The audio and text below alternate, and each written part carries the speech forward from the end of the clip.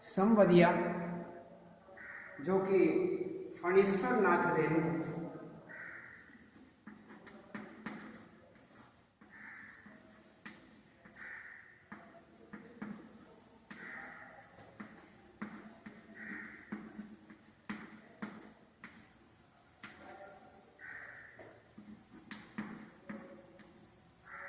रेणु जी के द्वारा लिखा गया। इसमें हमने आपको जीवन परिचय, इनका जो जीवन परिचय है ये आपको कराया। जीवन परिचय अर्थात फणीश्वर जी का जो इसके लेखक हैं संवदिया के, इनका जीवन परिचय, साहित्यिक परिचय और रचनात्मक गतिविधियां, भाषा शैली की इनकी विशेषताएं और हिंदी साहित्य में इनका कौन सा स्थान है, इस विषय में हमने बात की, देखा। और अब हम आगे इस पाठ के विषय में देखते हैं कि पाठ के सार के रूप में किस प्रकार से यह तो संवदिया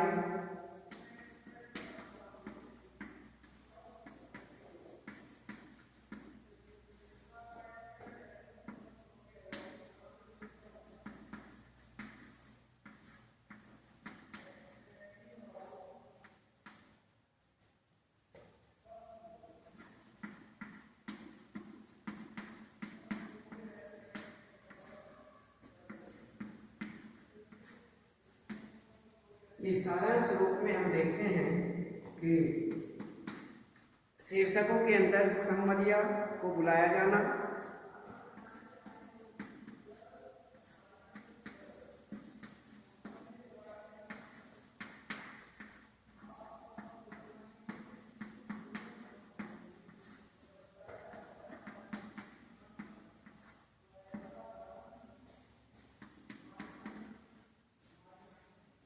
बड़े हवेली का अतीत,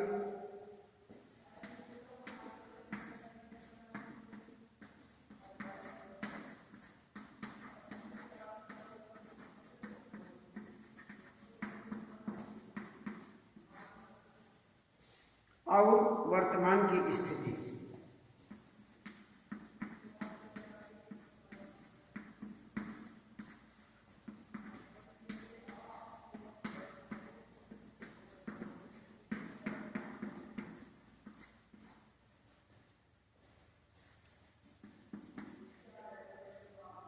बड़ी बहू की दयनीय स्थिति,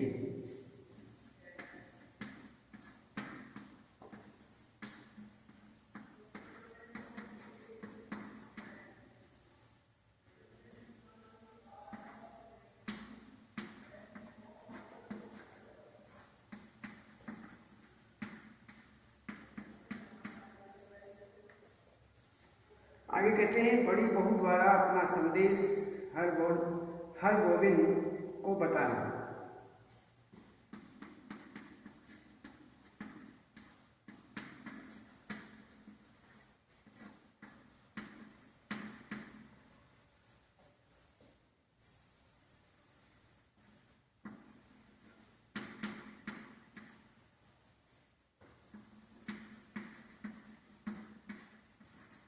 अपना संदेश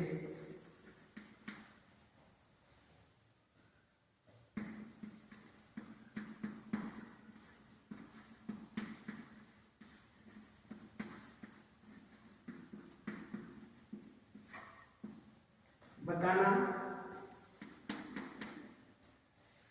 हर गोविंद द्वारा बिहापुर की यात्रा करना।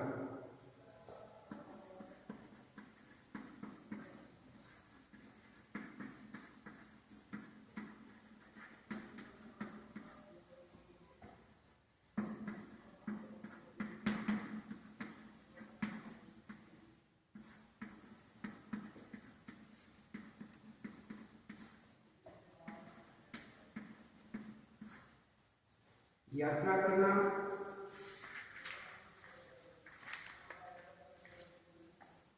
हर गोविंद के मन में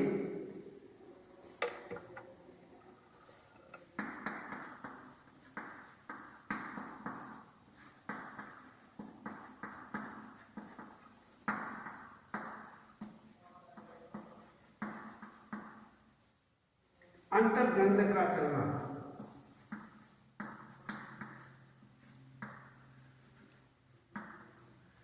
अंतर्गंध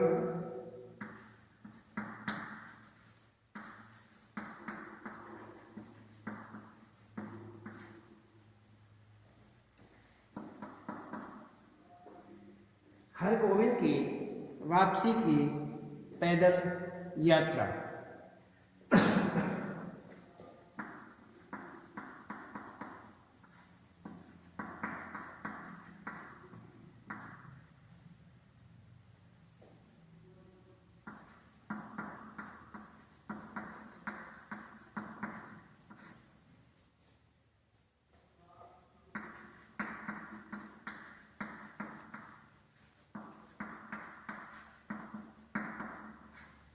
पैदल यात्रा। आगे कहते हैं बड़ी बहू से हर गोविंद का वार्तालाप।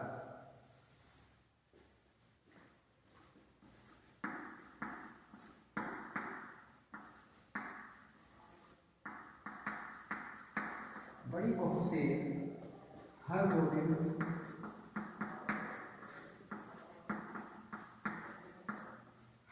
का वार्तालाप।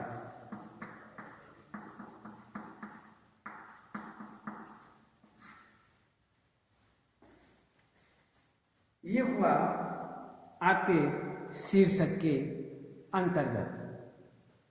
तो इसमें सबसे पहले हमने आपको बताया कि इससे पहले कि उसका जीवन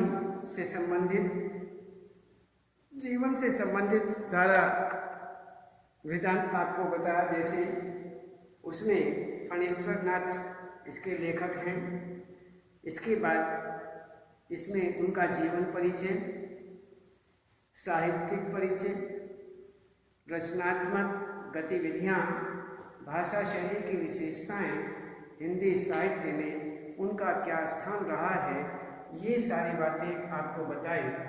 तो इसके अंतर्गत फिर हमारे मन में आता है कि संवदिया नामक जो पाठ है, इसमें आखिर क्या बताया गया है, लेखक क्या बताना चाहता है। तो इसमें हम इस पूरे पाठ का जो सारांश है, यही आपके सामने प्रस्तुत करते हैं। तो सबसे पहले हम देखते हैं कि फणीश्वर नाथ रेणु जी ने संवदिया नामक पाठ के अंतर्गत किस प्रकार से यहाँ पर बताया गया है, मूल बात क्या क्या इस सारांश रूप में इस पाठ में लिखे गए हैं, बताई गई है। तो संवदिया जो हमारा संदेश वाहक होता है, संवदिया किसे कहते हैं? संदेश वाहक को कहते हैं, जो संदेश ले जाने वाला होता है। जैसे आप पोस्ट, चिट्ठी ले जाने वाला, जो चिट्ठी ले जाने वाला है, डाकिया, उसे डाकिया कहते हैं। जो चिट्ठी ले जाता है, चिट्ठी का इधर उधर वितरण करता है, उसे हम डाकिया कहते हैं। तो उसी प्रकार से आप इस बात को मान सकते हैं कि ये है हमारा संदेश ले जाने वाला, संदेश वाहक जिसे हम बोलते हैं। तो संवदिया हुआ संदेश वाहक को बुलाया जाए। तो जो यहाँ पर बड़ी बहुरिया है, वह उन्हें बुलाती है। गांव में हर गोविंद नाम का एक संदेश वाहक है।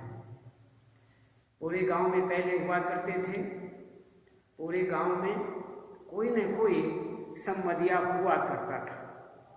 तो यहाँ पर भी हर गोविंद नाम का एक संवदिया है, संदेश वाहक है। तो इसमें हरगोविंद नाम का एक संदेशवाहक, वह एक स्थान से दूसरे स्थान पर संवाद पहुंचाने का काम करता है। वह एक गांव से अर्थात एक स्थान से दूसरे स्थान, जिस प्रकार से पत्री आदि चलती हैं, चिट्ठियां चलती हैं, पत्र चलते हैं, और वह अपने यहाँ से पत्र दिया और अन्य दूसरे स्थान पर पत्र लेकर के जाना है तो वह वहाँ पत्र लेकर के जाएगा। और इसी प्रकार की व्यवस्था थी पत्रों को पहुँचाने की, इसी प्रकार की सबसे पहले व्यवस्थाएं थी। धीरे धीरे उसमें परिवर्तन होता चला गया, परिवर्तित हो गई। तो इस प्रकार से यहाँ पर वही कहते हैं कि यहाँ संवदिया नाम से मैंने आपको इस प्रकार से आपको इसमें हम आपको बता रहे थे कि संवदिया को बुलाया जाना। तो ये हुआ हमारा एक संवदिया वही संदेशवाहक, ये हो गया संवदिया संदेशवाहक को बुलाया जाना। तो इस प्रकार से यहाँ पर जब से गांव में हरगोविंद नाम का एक संदेशवाहक है, वह एक स्थान से दूसरे स्थान पर संवाद पहुंचाने वाला है, संवाद पहुंचाता है। तो इस प्रकार से जब से गांव में डाकघर की व्यवस्था हुई, जब से डाकघर की व्यवस्था होती है, तब से गांव में किसी को भी उसकी आवश्यकता नहीं पड़ती। बताते हैं सबसे पहले ऐसा हुआ करता था, लेकिन आज की स्थिति अलग है। आज जब डाकघर बन गए गांव-गांव में, तो संदेश वाहक का कार्य बंद हो गया, उसकी आवश्यकता किसी को नहीं रही, इसलिए उन्हें परेशानी बढ़ी। तो ऐसे में हवेली से हरगोविंद के लिए बुलावा आने पर वह हैरान हो जाता है तथा अनुमान लगाता है कि जरूर कोई गुप्त समाचार लेकर जाना होगा। तभी बड़ी बहुरिया ने बुलाया है। जब वह हवेली पहुंचता है तब बड़ी बहू उसे पीढ़ी देकर उस पर बैठने का संकेत देती है। तो इस प्रकार से संवदिया को बुलाया जाता है। तो बड़ी हवेली का अतीत और वर्तमान की जो स्थिति है, इसके विषय में बात करते हैं। तो इसमें बड़ी हवेली एक समय में बहुत समृद्धशाली थी, जहाँ दिन रात नौकर नौकरानियाँ मजदूरों आदि की भीड़ लगी रहती थी। किंतु आज स्थिति पूर्णतः विपरीत थी। बड़ी बहू को स्वयं अनाज फटकना पड़ रहा था। कभी ऐसा भी समय था जब घर में आकर नौकर नौकरानी जन मजदूरों की भीड़ लगी रहती थी। तो इस प्रकार से तथा बड़ी बहू के हाथों में मेहंदी लगा करके गांव की नाई अपने परिवार को पालती थी। बड़े भाई की मृत्यु के बाद तीनों भाइयों ने बंटवारा कर दिया था। इस प्रकार से और बंटवारे में मानवीय संबंधों की मर्यादा का ख्याल भी न रखते हुए उन्होंने बड़ी बहू की बनारसी साड़ी को भी 3 हिस्सों में बांट दिया और अब गांव छोड़कर शहर में जाकर बस गए। तो उसके बाद बड़ी बहू हवेली में अकेली रह गई। तो इस प्रकार सभी वहाँ से इधर उधर चले गए और जाकर के यहाँ पर जो बड़ी बहुरिया थी वो अकेली रह जाती है और इस कारण यहाँ पर ये अकेले माने जाते हैं। तो हमें अब आगे देखना है। तो बड़ी हवेली का अतीत और वर्तमान की स्थिति क्या है, ये हमने आपको बताया। तो अब देखना है बड़ी बहू की दयनीय स्थिति क्या हो रही है। बड़ी बहू की दयनीय स्थिति किस प्रकार से तो हवेली में कोई कमाने वाला नहीं था, कोई भी कमाने वाला नहीं। बथुए की साग जैसी सामान्य वस्तु उनके पेट भरने का एकमात्र साधन रह गई थी। कहते हैं जिस प्रकार से बथुआ जो है वह होता है, खान पीन की बात होती है, तो इसमें क्या हुआ, एकमात्र साधन सामान्य वस्तु है और बस पेट भरने के लिए समय पर जो मिल जाए वही उचित है, यह विचार किया गया। एकमात्र साधन यही रह गया था। इस तरह हवेली की जो आर्थिक स्थिति थी, हालत थी, इतनी खराब हो गई थी कि बड़ी बहू को कोई उधार तक नहीं देता था। तो इस प्रकार से उनकी हालत जो है वो काफ़ी बिगड़ चुकी थी। उन्हें कोई उधार तक नहीं देता था। क्यों? इनकम का कोई स्रोत नहीं था। जहाँ पहले नौकर चाकर रहा करते थे, आज वहाँ उन्हें कोई उधार देने के लिए भी तैयार नहीं होता था। तो इस प्रकार उनकी स्थिति खराब हो चुकी थी। जिस समय हरगोविंद हवेली पहुंचा, उसी समय गांव की मौदियाँ बुढ़ियाँ अपने उधार के पैसे वसूलने के लिए आई हुई थी तथा वह बड़ी बहू को तरह तरह की कड़वी बातें सुना रही थी, परंतु बड़ी बहुरिया ने कोई भी जवाब नहीं दिया। हरगोविंद द्वारा उसे काबुली कायदा नाम से पुकारने पर वह उसे गालियां देती हुई वहाँ से चली जाती। इस प्रकार वहाँ पर वह रह करके बहुत अधिक अपमानित हो रही थी, उसे अपमान दिया जा रहा था। तो इसमें बड़ी बहू द्वारा अपना संदेश, अब बड़ी बहू जो है वह अपना संदेश देती हैं और इस प्रकार से कहते हैं कि बड़ी बहू हरगोविंद से अपना संदेश अपनी माँ के पास पहुँचाने के लिए कहती है। वह हरगोविंद को संदेश देते हुए कहती है कि उनकी माँ से कहना वह भाई भाभियों की नौकरी करके पेट पाल लेगी, बच्चों की झूठन खाकर एक कोने में पड़ी रहेगी, लेकिन अब वह यहाँ नहीं रह सकती और यदि वे उसे यहाँ से नहीं ले जाएंगी तो वह किसी दिन गले में घड़ा बांधकर पोखरे में डूब मरेगी, अर्थात घड़ा बांध करके तालाब में वह मर जाएगी। इस प्रकार और बथुआ साग खाकर वह कब तक जिएगी? तो कहते हैं कि बथुआ साग आदि खा करके वह कब तक जिएगी। हरगोविंद को अपनी माँ के पास संदेश ले जाने के लिए इस प्रकार से बड़ी बहुरिया ने कहा कि माँ के पास चले जाओ यह संदेश लेकर के।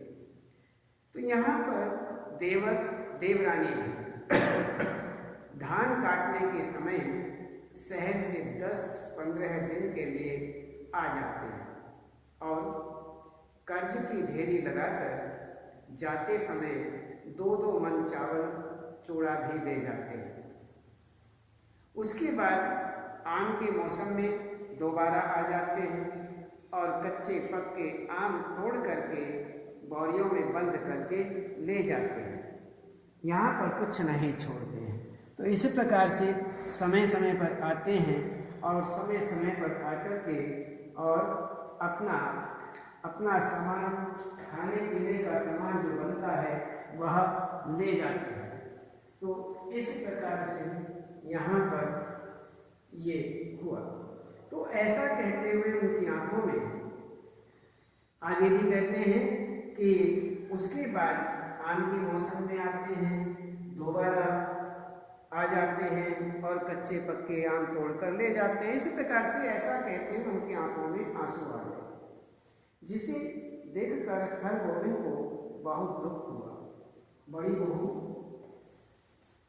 रहा खर्च के लिए उसे आंचल से 5 रुपए का नोट निकाल कर देती हैं, परंतु हर गोविंद लेने से मना करके स्वयं इंतजाम करने की बात कहकर वहाँ से चला गया। तो इस प्रकार से वह हर प्रकार से इंतजाम करने के लिए कहे कि मैं अपने आप देख लूँगा, इंतजाम कर लूँगा, और आप जो 5 रुपये देना चाहती हैं अपने पास रखो। तो इसी प्रकार से उन्हें वह मना करते हैं और अपने आप व्यवस्था करने के लिए कह देते हैं। तो इस प्रकार से यहाँ पर ये सारी स्थिति बनती है। तो बड़ी बहू द्वारा अपना संदेश हर गोविंद को बताना। तो यहाँ पर ये बताते हैं, तो इसमें सम्मदिया को बुलाया जाना, वो बुलाती हैं और फिर बड़ी हवेली का अतीत और वर्तमान की स्थिति आपके सामने आती है। तो इस प्रकार से ये सब होता है और इसमें बहू की क्या स्थिति है, बड़ी बहू या कि किस प्रकार की स्थिति, दयनीय स्थिति बनी हुई है, इसके विषय में भी यहाँ पर बताया जाना। तो हर गोविंद द्वारा बिहपुर की यात्रा करना, उनके बिहपुर की यात्रा करना, तो हर गोविंद अत्यंत दुखी मन से थाना बिहपुर के लिए निकल पड़ता है। वह अपने पास रखे पैसों से बिहपुर के लिए टिकट लेकर के रेलगाड़ी में बैठ जाता है। रेलगाड़ी में बैठता है। बड़ी बहू के संवादों को ज्यों का त्यों याद करने की कोशिश करते समय उनकी आंखों के सामने बड़ी बहू का करुण चेहरा बार बार घूमने लगता है। कटिहार जंक्शन पहुंच करके उसने बिहापुर जाने वाली गाड़ी पकड़ी। इस बार उसे गाड़ी पकड़ने में परेशानी नहीं हुई। क्यों नहीं हुई? क्योंकि स्टेशन पर लगे भोपू अर्थात जो लाउड स्पीकर था उससे घोषणा की जा रही थी। पहले कई बार तो गाड़ी का स्थान पता न होने पर उसकी गाड़ी ही छूट जाती थी। वह 3 नंबर प्लेटफॉर्म पर खड़ी गाड़ी में थाना बिहापुर जाने के लिए बैठ जाता है। तो इस प्रकार से वह हर प्रकार ये देखता है और वह इस कार्य को करने का पूर्ण रूप से प्रयास करता है और चला जाता है। बिहापुर जाने के लिए बैठ जाता है। तो इस प्रकार वह हर गोविंद द्वारा बिहापुर की यात्रा करना, वह बिहापुर की यात्रा करता है।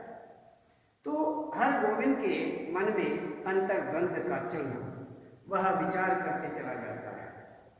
हर गोविंद को संदेश सुनाने की चिंता।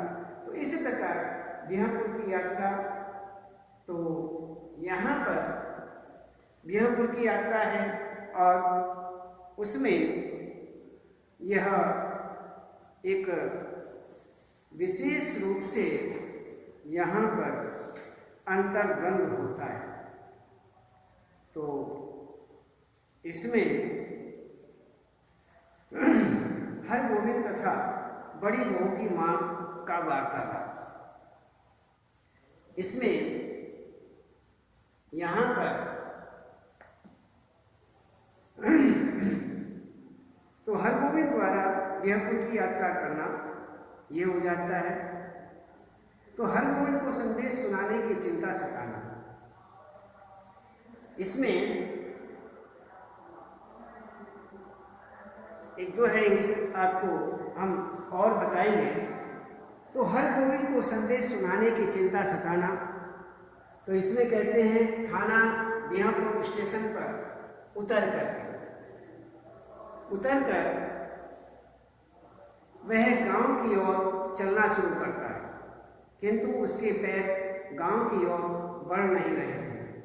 वह बार बार बड़ी बहू के बारे में ही सोचता है कि वह तो गांव की लक्ष्मी है, उसके गांव छोड़कर जाने के बाद गांव में क्या बचेगा।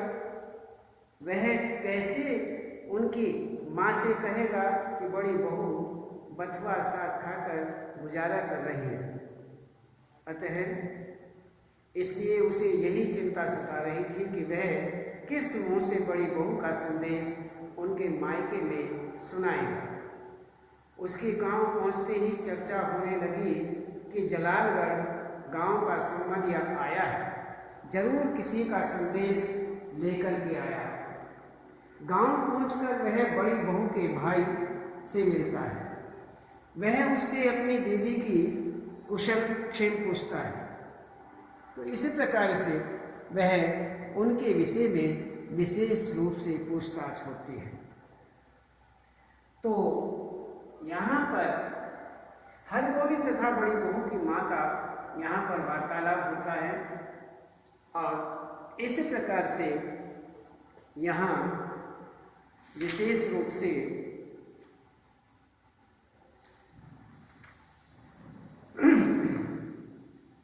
हरगोविंद तथा बड़ी बहू की माँ का वार्तालाप। हरगोविंद को घर के आंगन में भीतर बुलाया जाता है। भीतर बुला लेते हैं और बड़ी बहू की माँ उससे पूछती है कि वह क्या समाचार लेकर आया है। उसका दिल जोर से धड़कने लगता है। उसी ही प्रकार से यहाँ पर बड़ी बहू का सम्मान और उसके आंसू सब याद आते हैं, लेकिन उसकी संवाद कहने की हिम्मत नहीं होती है। वह बहाना बना देता है कि वह कल सिरसिया गांव आया था तो सोचा आपके दर्शन करता चलूं। माँ जब अपनी बेटी का हाल चाल पूछती है तो हरगोविंद बड़ी बहू के वेदना भरे संदेश व उनकी दयनीय स्थिति का वर्णन पूर्ण रूप से कर देता है। तो इसी प्रकार से यहाँ पर और झूठ भी बोलता है कि बड़ी बहू ने कहा है वह दशहरे की छुट्टियों में गंगा जी के मेले में आकर आपसे मिलने आएगी। बूढ़ी माँ कोई संदेश न पाकर दुखी होती है और कहती है अब उसे यहीं आकर रहना चाहिए। वहाँ बचा ही क्या है, जायदाद चली गई, देवर शहर चले गए और कोई उसकी खोज खबर भी नहीं लेता। इस प्रकार से हरगोविंद जो है पुनः झूठ बोलते हुए सांत्वना देता है। बाद में फिर झूठ बोलता है और सांत्वना देने का प्रयास करता है। इस प्रकार के देवर लोग हर बार आकर उन्हें ले जाने की जिद करते हैं। बूढ़ी माँ अपने हाथों से उसे भोजन देती है, लेकिन भोजन करते समय उसकी आंखों के सामने बड़ी बहू का चेहरा घूमने लगता है, जिससे वह भोजन भी नहीं कर पाती। रात के भोजन के समय भी उसकी वही स्थिति होती है और उसे बड़ी बहू के संवाद याद आने लगते हैं।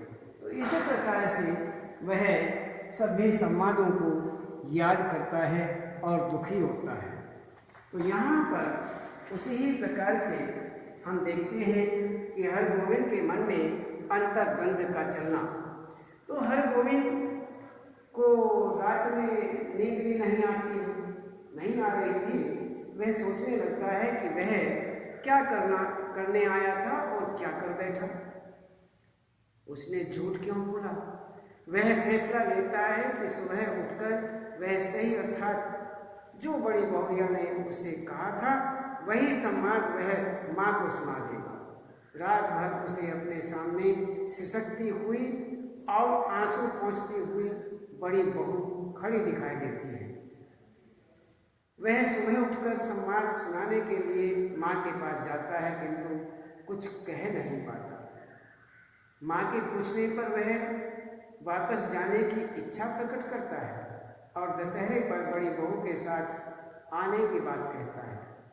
चलते समय बूढ़ी माँ अपनी बेटी के लिए थोड़ा सा बासमती धान का चूड़ा एक पौटली में बांधकर उसे देती है। बड़ी बहू के जो भाई हैं उससे जाते समय राह खर्च की बात पूछते हैं, तो वह आपकी दुआ से किसी बात की कमी नहीं है कहकर वहाँ से चला जाता है। तो इसी प्रकार वह हर प्रकार से दुखी है और वह कुछ बातें नहीं बता पाता है।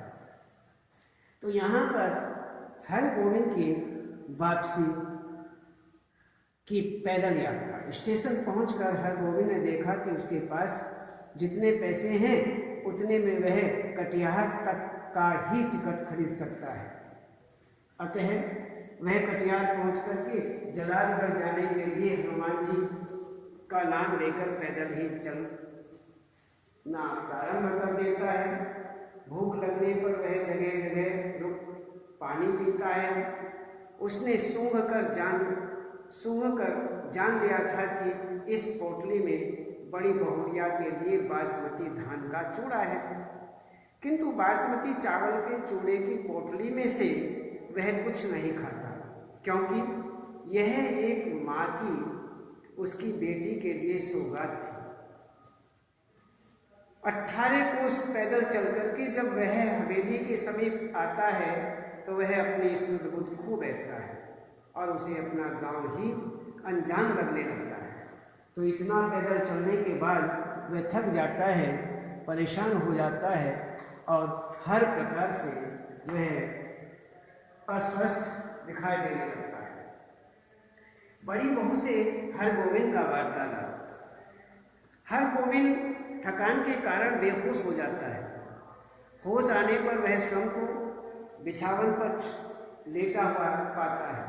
होश आते ही वह बड़ी बहू के पांव पकड़ पकड़ करके उनका संदेश न दे पाने के लिए क्षमा मांगने लगता है।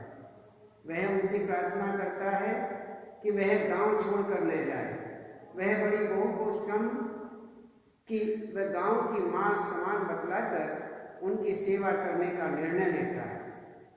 बड़ी बहू गर्म दूध में चूड़ा मसलती हुई अपने सम्मान भेजने पर स्वयं लज्जा महसूस करते हुए अपनी गलती पर पछता रही थी। इस प्रकार से यहाँ पर ये एक सारांश रूप में हमने आपको बताया, जिसमें संवरिया को बुलाया जाना, बड़ी हवेली का अतीत और वर्तमान की स्थिति, बड़ी बहू की दयनीय स्थिति, बड़ी बहू द्वारा अपना संदेश हरगोविंद को बताना, हरगोविंद द्वारा बिहापुर की यात्रा करना, हरगोविंद को संदेश सुनाने की चिंता सताना, हरगोविंद तथा बड़ी बहू की माँ का वार्तालाप।